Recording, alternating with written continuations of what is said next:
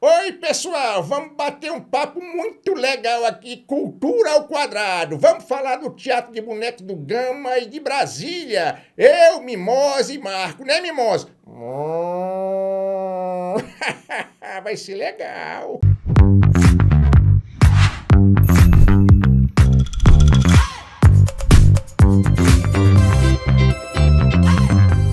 Hoje o Sesc Cultura ao Quadrado recebe Marco Augusto, João e a Vaquinha. Tá todo mundo aqui nesse programa hoje. Só faltou o pé de feijão. Só faltou o pé de feijão. Mas esse é um João com pé de feijão que se passa no Nordeste. Eu queria te apresentar primeiro dizendo que você é do grupo Voar, Teatro de Bonecos, do Gama, que está fazendo 20 anos esse ano. Exatamente. Começamos em 2003 e João e o Pé de Feijão foi o nosso primeiro espetáculo. O primeiro espetáculo. Sim. E eles estão aqui, né? Sim. Representando. E essa peça, especificamente, se passa no Nordeste. Se passa no Nordeste. Fiz uma adaptação com um cenário nordestino, música de Luiz Gonzaga. Que maravilha. Porque a gente tem muito conhecimento na literatura do João e o Pé de Feijão da era medieval. Então, eu abrasileirei a história.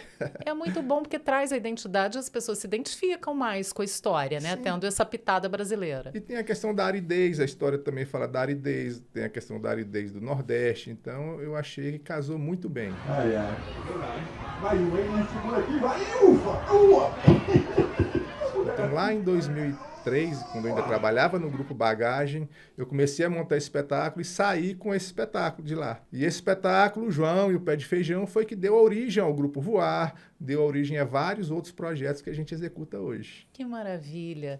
O Gama tem uma tradição muito grande de teatro de bonecos, não tem? Vários grupos. Você falou do Bagagem, tem Cidade de Bonecos, tem uma série de grupos nascidos. Titeritá, Pilombetagem, várias companhias que trabalham lá com o teatro de bonecos. E por quê? O que que tem no Gama? O que que tem na água do Gama que faz tanta gente gostar de trabalhar com boneco?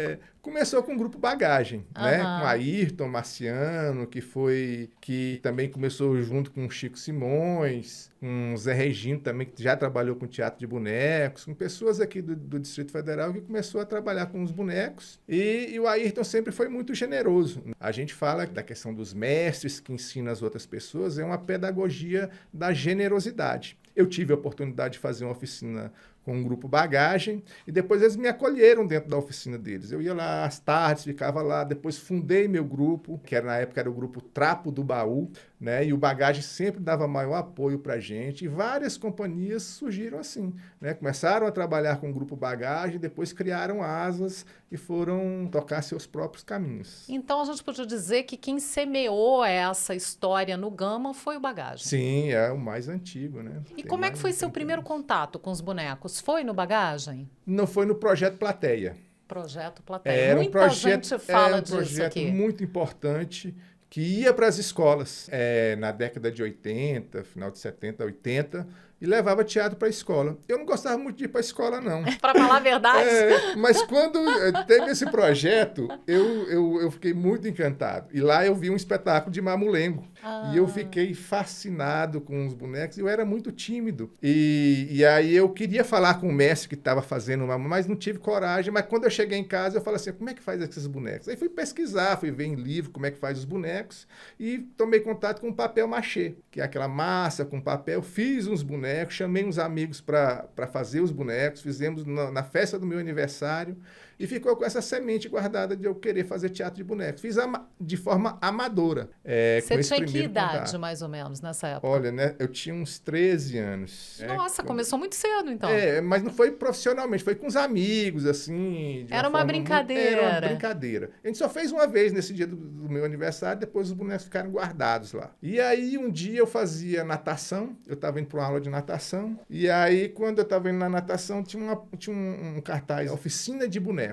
E aí eu fui participar dessa oficina. Quem estava ministrando a oficina era o Grupo Bagagem. Na época, o Ayrton, o Narciso e a Adriana. Aprendi com eles a fazer os bonecos. Depois chamei amigos para fundar a minha companhia, que era o Grupo Trapo do Baú.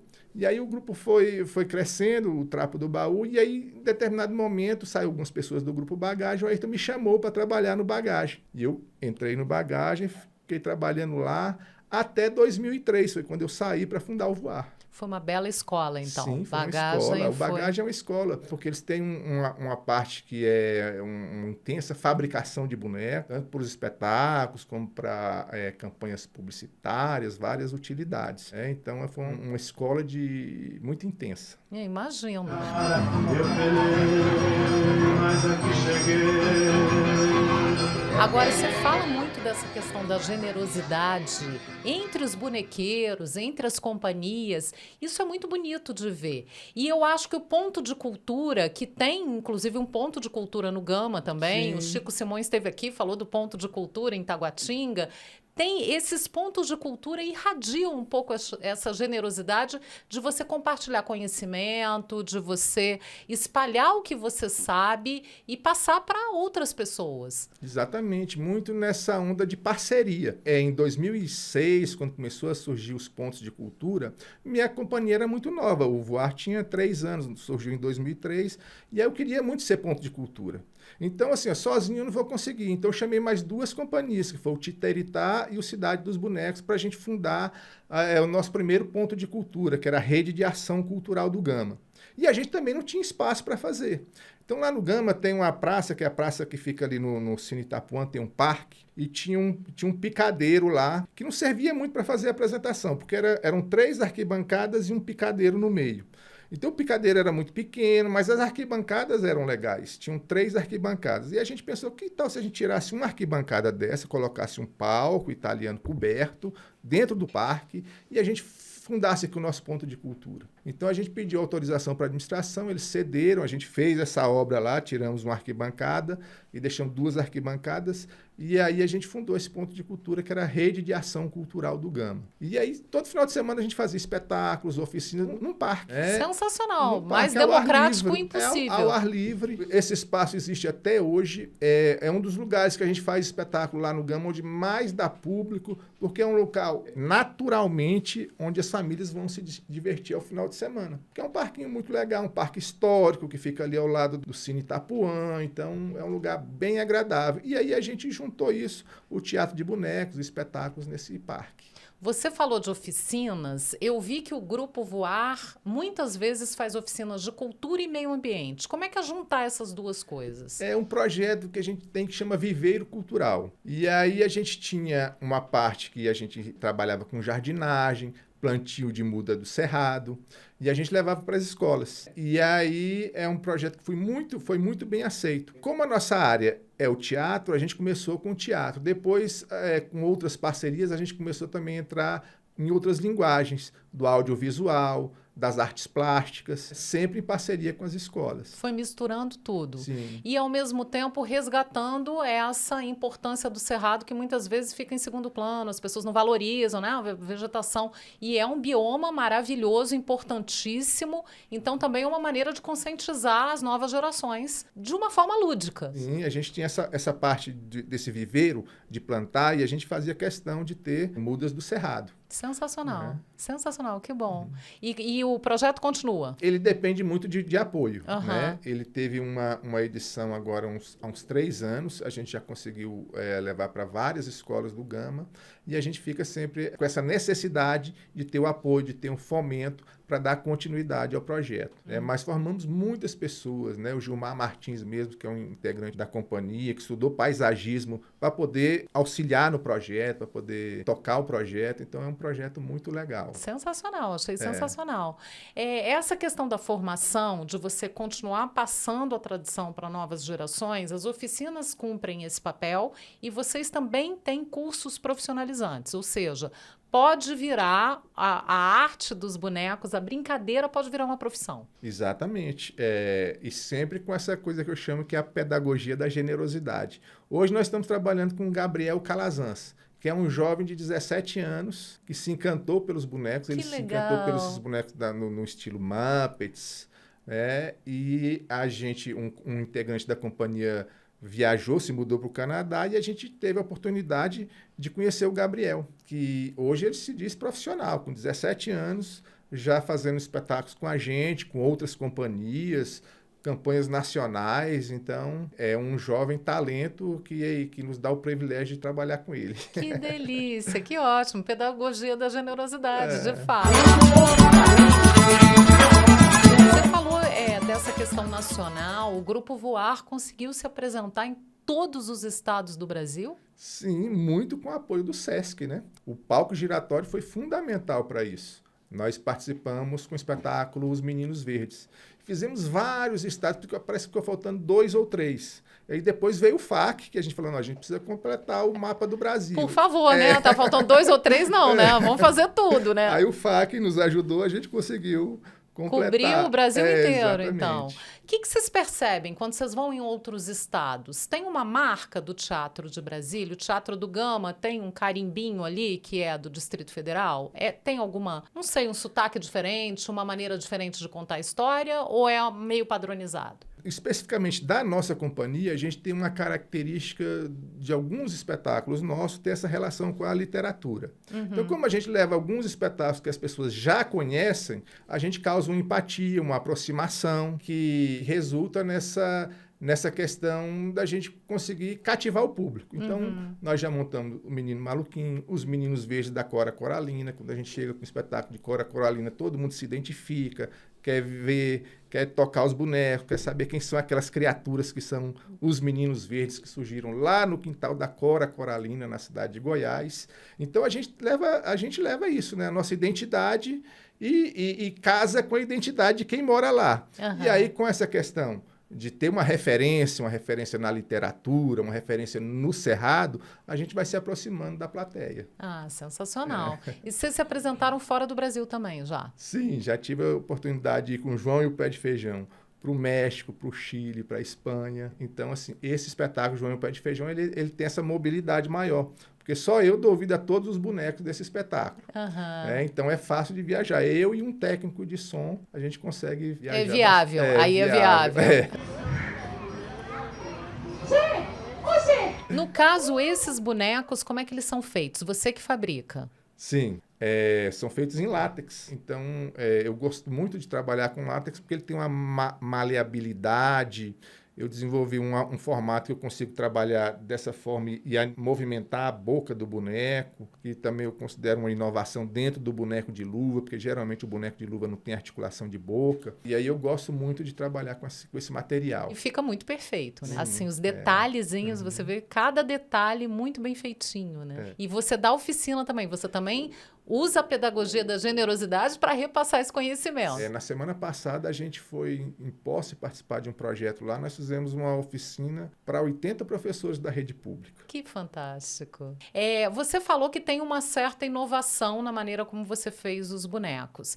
E eu fiquei muito surpresa já em algumas conversas que a gente teve aqui no Sesc Cultura ao Quadrado, de mestres da cultura popular, da tradição popular, falarem que a tradição precisa estar unida à inovação, porque senão ela morre. Você acha que é isso também? Sim, porque hoje a gente tem a gente que trabalha com cultura, que é vivo, que é presencial, que é perto das pessoas, a gente tem uma concorrência muito grande, que é a questão das telas. As telas hoje são a grande concorrência nossa. Não porque tira as pessoas dos nossos espetáculos, é porque desvia a atenção, muitas vezes, do que é o principal do nosso trabalho, que é a relação próxima da pessoa, que é a convivência, que é o olho no olho, que é a respiração, que é o riso, que é a piada, que é estar junto com as pessoas. A gente tem que estar aliado a essas novas tecnologias, as novas formas de fazer, as novas formas de se expressar.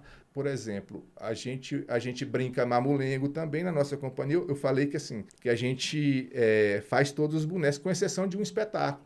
Tem um espetáculo que a gente não fez os bonecos, a gente adquiriu de um mestre, que é o mestre Zé Lopes, que é o espetáculo Tramóias para Enganar a Morte, que é um espetáculo que fala sobre a questão da morte, do mamulengo tradicional. Mas a gente inova um pouquinho. No nosso mamulengo tem 2 musicistas que participam, né? Para a gente falar de inovação também, o Teatro de Bonecos Popular, o mamulengo, o babau, Cassimiro Coco, mulheres não brincavam. Hoje as mulheres brincam. Hoje já existe uma rede de bonequeiras, né? Então, nós estamos vivos, estamos atuando, estamos em constante troca, né, em constante busca. Então, por isso que a inovação está sempre presente. Qual seria a maior inovação que você acha em termos de linguagem nos espetáculos? O que vocês incorporaram que falava assim, antigamente se falava, não, isso não funciona. Porque acaba tendo uma mistura das artes. Né? Você falou da música, Sim. acaba tendo uma mistura. Aqui tem artes plásticas também. Tem artes plásticas. Uma coisa que eu gosto muito, que eu considero inovação, é o boneco de luva com articulação de boca, que é o que a gente desenvolveu em alguns espetáculos, João e o Pé de Feijão, o Adivinha Adivinhão. Nos nossos espetáculos a gente mistura técnicas, a gente utiliza o boneco de fio com boneco de vara, sombra, né? O teatro de sombra está muito em voga hoje no teatro de animação. Né? Nós temos uma companhia aqui, que é a Companhia Lumiato, que está com espetáculo que circula o mundo inteiro, com espetáculo de altíssima qualidade e que é projeção de luz. Né? E quando a gente fala o teatro de bonecos, existe uma matriz maior que se chama teatro de formas animadas, que aí entra o boneco, entra objetos que contam histórias. Então, eu gosto muito disso que eu faço, porque é muita diversidade. A gente pode contar a história com essas xícaras, a gente pode contar a história com luz, a gente pode contar história com bonecos feitos realmente para contar a história, com movimentos, estudar alguns movimentos para dar vida, para dar ânima para o boneco. E pode misturar tudo. Fica até melhor quando mistura tudo. Os bonecos acabam, de certa forma, tendo uma vida própria? A gente costuma imaginar, né? A gente que faz os bonecos, a gente costuma imaginar que eles têm vida própria, que eles têm personalidade. A gente que confecciona o boneco, que cria, a gente já começa a pensar que quando a gente está fazendo, a gente fala, como é que vai ser a voz desse boneco? E começa a pensar, esse boneco tem parentesco, tem parente, tem pai, tem mãe. E a partir daí a gente cria a história deles, mas quando a gente não está vendo, eles têm vida própria mesmo. Né? Às vezes eles saem para passear. É mágico. Chico Simões esteve aqui, ele disse isso, que os bonecos são mágicos, têm vida própria, Exato. que às vezes ele está fazendo a voz, está emprestando a voz, está emprestando o movimento, mas ele está também assistindo o que o boneco está fazendo ao mesmo tempo. Exatamente, assim. a gente fica lá de baixo. Que é uma coisa mágica mesmo, acho que a palavra é essa, né? Você fala muito dessa questão da presença nas escolas, dessa importância da presença dessa arte dentro das escolas. Como é que é essa formação de novos públicos? Porque você mesmo disse que a questão das telas é uma coisa complicada hoje, para você parar a atenção, conseguir capturar a atenção de um jovem e deixar ele concentrado numa coisa ali sem pegar o celular do lado, é um desafio. É um desafio. E eu gosto muito de trabalhar na escola. Meu sonho na minha vida era fazer o seguinte: 2 apresentações por dia, uma de manhã e uma de tarde na escola. Eu não precisava mais nada na minha vida, porque é o local que eu mais gosto de apresentar e é o local onde eu vi teatro de bonecos pela primeira vez. E quando eu estava na escola, eu falei, eu não gostava muito de estudar. Eu fui uma criança que fui reprovado na primeira série. Imagina! Mas quando eu descobri o teatro de bonecos, já estava ali pela 5ª série, 4ª série, naquela época. Então, assim, eu não gosto, mas eu falei assim, eu preciso de aprender a ler e escrever para escrever os textos. Eu preciso de geografia para saber para onde eu vou poder viajar. Eu vou precisar de matemática para poder dividir o cachê quando eu receber. Então, assim, eu preciso da escola. E a escola precisa da gente que faz cultura, né? Porque não existe educação sem cultura e nem cultura sem educação. É um espaço que tem que sempre caminhar junto. E nós sempre, nos nossos projetos, a gente sempre leva para a escola. Eu achei sensacional isso, que você viu um objetivo, finalmente você acabou vendo um objetivo em ir para a escola. Né? Eu preciso aprender para fazer o que eu gosto, e o que eu gosto é trabalhar com boneco, mas eu preciso saber matemático, português, assim, não vou ter como escapar, né? Aí aceitou melhor, né? Depois disso aceitou um pouco melhor, né, a escola.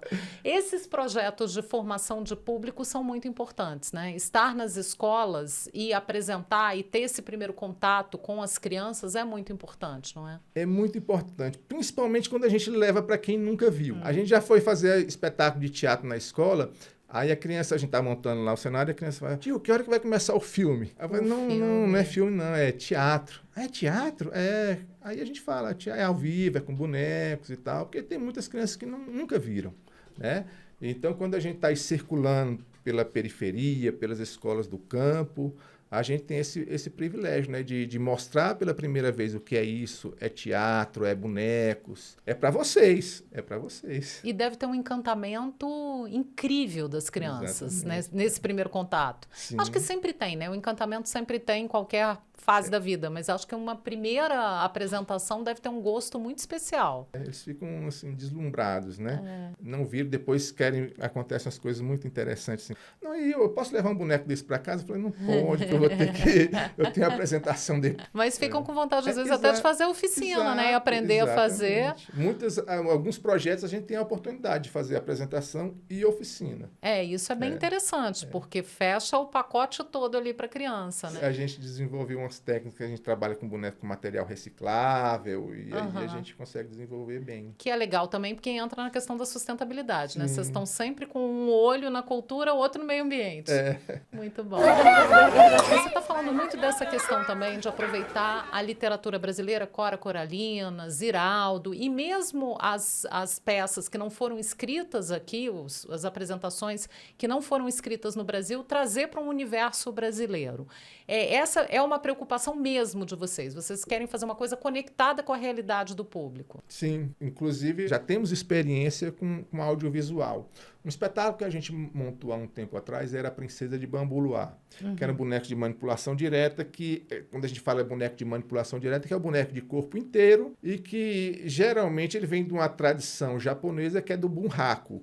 São 3 pessoas que animam o boneco. O mestre anima a cabeça, quem já tem um pouquinho mais de experiência, o braço, e quem está aprendendo os pés do boneco. E a gente fez uma adaptação, né? Já várias companhias aqui no Brasil já trabalham assim. A gente fez uma adaptação de um conto popular recolhido pelo Luiz da Câmara Cascudo, que é a Princesa de Bambu Luar. Então foi um espetáculo que a gente circulou muito com ele. Nesse espetáculo tinha 9 pessoas animando os bonecos, era uma música ao vivo e tal. E a gente não consegue sustentar muito uma equipe tão grande assim. E aí depois que o espetáculo acabou, a gente teve a oportunidade de transformar agora em audiovisual. Então, a gente deve estar estreando agora o nosso curta-metragem A Princesa de Bambu Luar, que a gente fez para audiovisual. Que máximo! E aí vai ter acesso? Como é que as pessoas têm acesso? Primeiro, a gente vai fazer um lançamento, teste de audiência, como a gente teve o patrocínio do FAC, a gente quer inscrever também no Festival de Brasília, alguns festivais, e aí depois a gente vai disponibilizar no YouTube. Ah, que legal! Então vai ser bem democrático, Sim. Todo mundo vai ter acesso.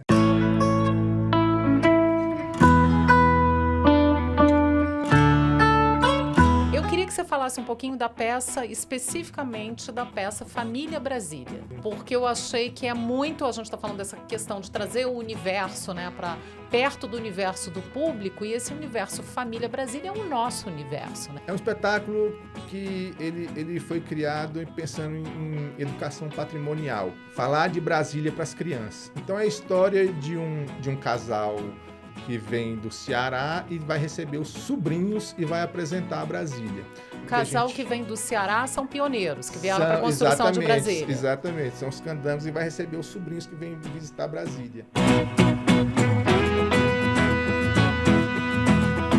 E aí eles vão mostrando através de um jogo. A gente tem um dado gigante, que nós temos o avião de Brasília em retalhos, uma colcha de retalhos que a gente estende no chão, e a gente vai contando essa história.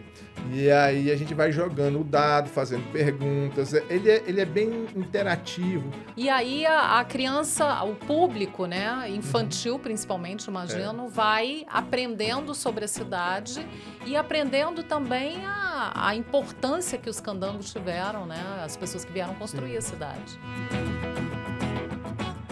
Eu queria encerrar perguntando o que é a Brasília para você, Marco. Brasília é minha casa, né? E eu tenho uma casa muito grande que vai do Gama à Planaltina. Porque assim como a gente já teve a oportunidade de apresentar em todos os estados, a gente também já teve a oportunidade de apresentar em todas as regiões administrativas. Em grandes espaços, como já tivemos a oportunidade de apresentar no Teatro Nacional, Teatros da Caixa, os teatros do Sesc, nós também apresentamos em Escola Rural de Planaltina, Escola Rural de Sobradinho. Então, circular pelo Distrito Federal é muito bom.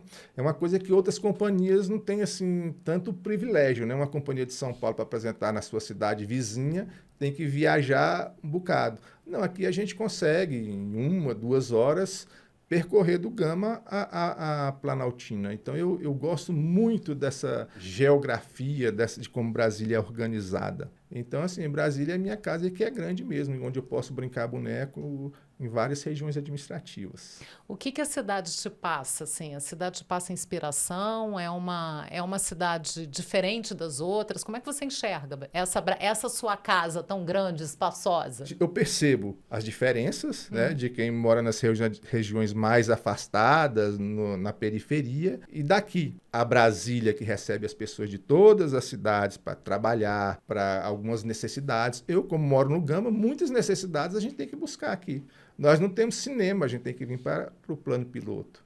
Então, eu vejo essa questão dessa desigualdade, né? Principalmente quando a gente fala em cultura. Aqui a gente tem muito espaço cultural. Eu moro no Gama, para ter espaço cultural, as companhias têm que fundar seus próprios espaços, como é o caso do Lábios da Lua, o Espaço Semente, nós temos o nosso espaço, o Grupo Bagagem tem o espaço dele, porque o Grupo Cidade dos Bonecos também tem, porque a gente não tem um espaço público, não é?